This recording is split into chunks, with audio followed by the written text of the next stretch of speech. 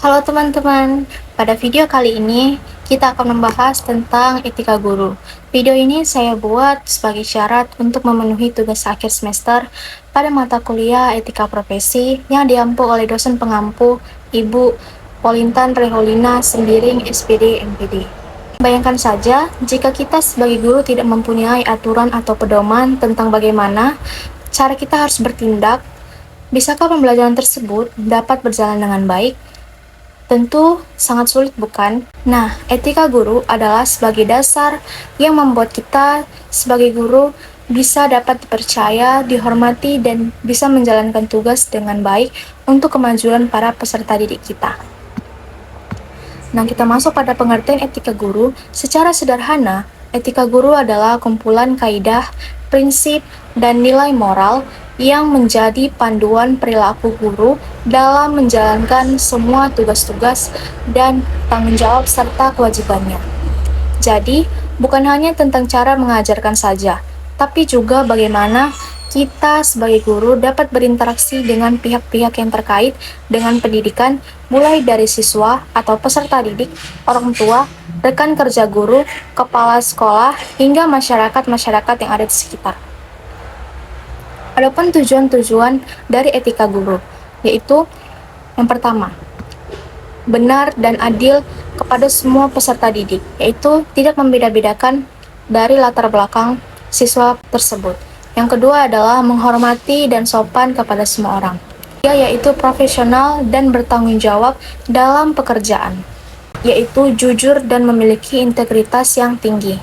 Kita masuk pada bagian manfaat memiliki etika guru yang baik. Nah, yang pertama itu siswa akan merasa aman, nyaman, dan senang belajar dalam lingkungan kelas. Yang kedua, orang tua akan mempercayai guru dan bersedia bekerja sama.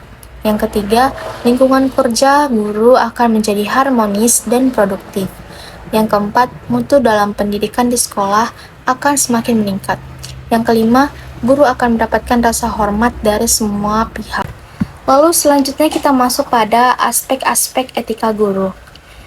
Aspek-aspek ini sangat perlu diperhatikan. Untuk lebih jelas, mari kita bahas aspek-aspek etika guru. Yang pertama itu, aspek etika guru dalam berinteraksi dengan siswa.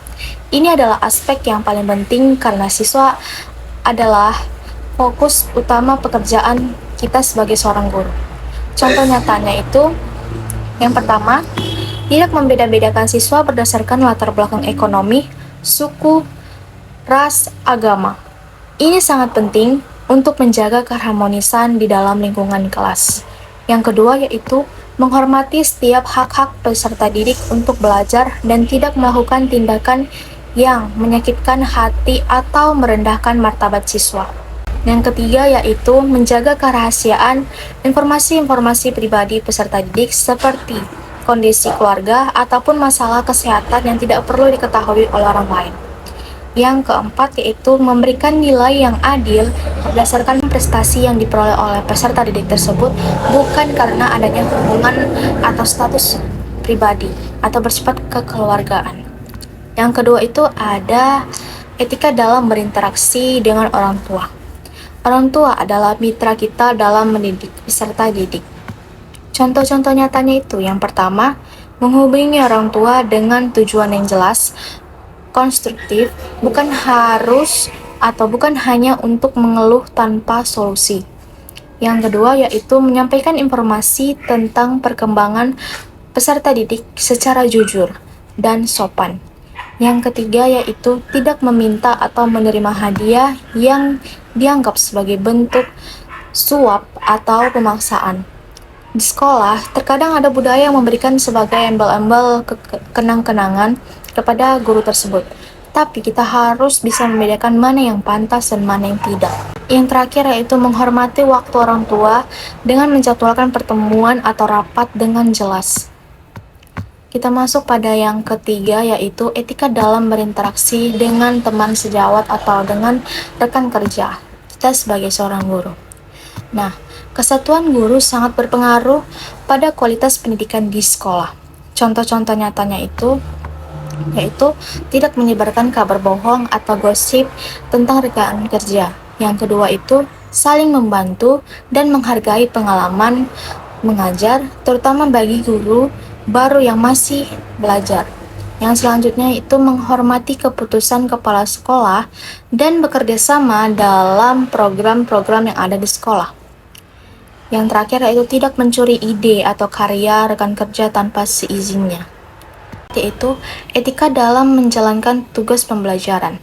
Ini berkaitan dengan bagaimana kita menyampaikan materi pembelajaran di ruang kelas. Contoh nyatanya itu, kita sebagai seorang guru menyusun rencana pembelajaran dengan sangat matang, terstruktur, dan sistematis, dan datang ke kelas dengan tepat waktu, atau tidak membiarkan peserta didik tersebut menunggu kita untuk hadir dan memulai pembelajaran kelas tersebut.